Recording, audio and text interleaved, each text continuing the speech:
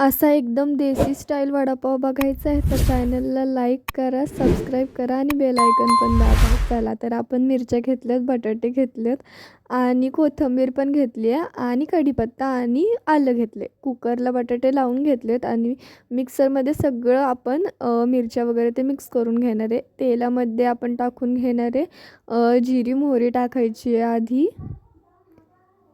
जिरी टाकली, मोहरी टाकली आणि आता कढीपत्ता टाकून घेणार आहे. कढीपत्ता तडतडला की त्याच्यामध्ये आपण टाकणार आहे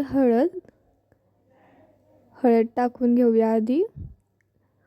आणि आपण जे मिरची आलं लसूण ते मिक्स केलं होतं ते आपण टाकून घेणार आहे कढईमध्ये. सगळं एकदम छान पद्धतीने मिक्स करून घेऊया. हे मिक्स करून झाले. त्याला असं कडेने तेल सुटलं पाहिजे. आता आपण बटाटे टाकून घेणार आहे. त्यांना आपण असं कलत्याच्या साहाय्याने बारीक करून घ्यायचं आहे. एकदम मिक्स करून घेणार आहे आपण. मीठ टाकून घेऊया.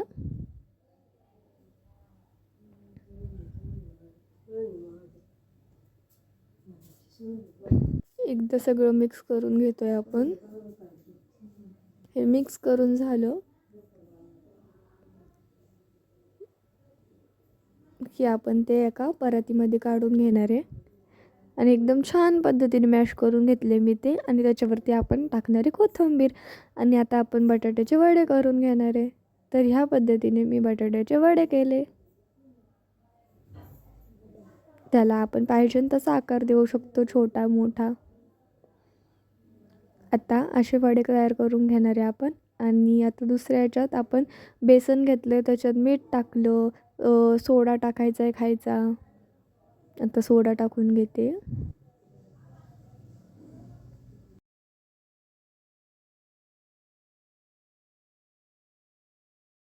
पाणी टाकून घेऊया थोडंसं.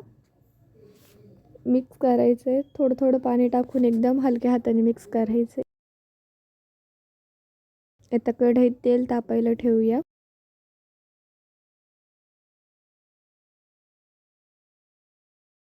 त्यामध्ये आपण आपले तयार केलेले वडे सोडूया.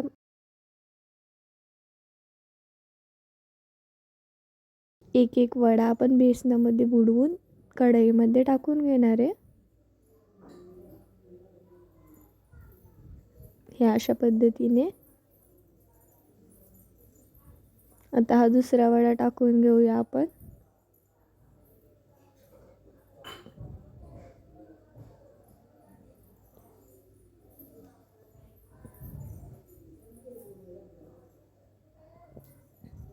आता हे सगळे वडे आपण एकदम चांगले काढून घेणार आहे.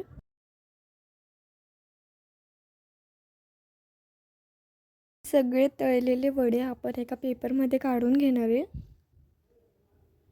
कारण की त्याच्यात जे एक्स्ट्रा ऑइल आलेलं असतं ते रिड्यूस करण्यासाठी आपण हे पेपरमध्ये काढून घेणार आहे. आणि हे आपले देसी स्टाईल वडापाव रेडी आहेत.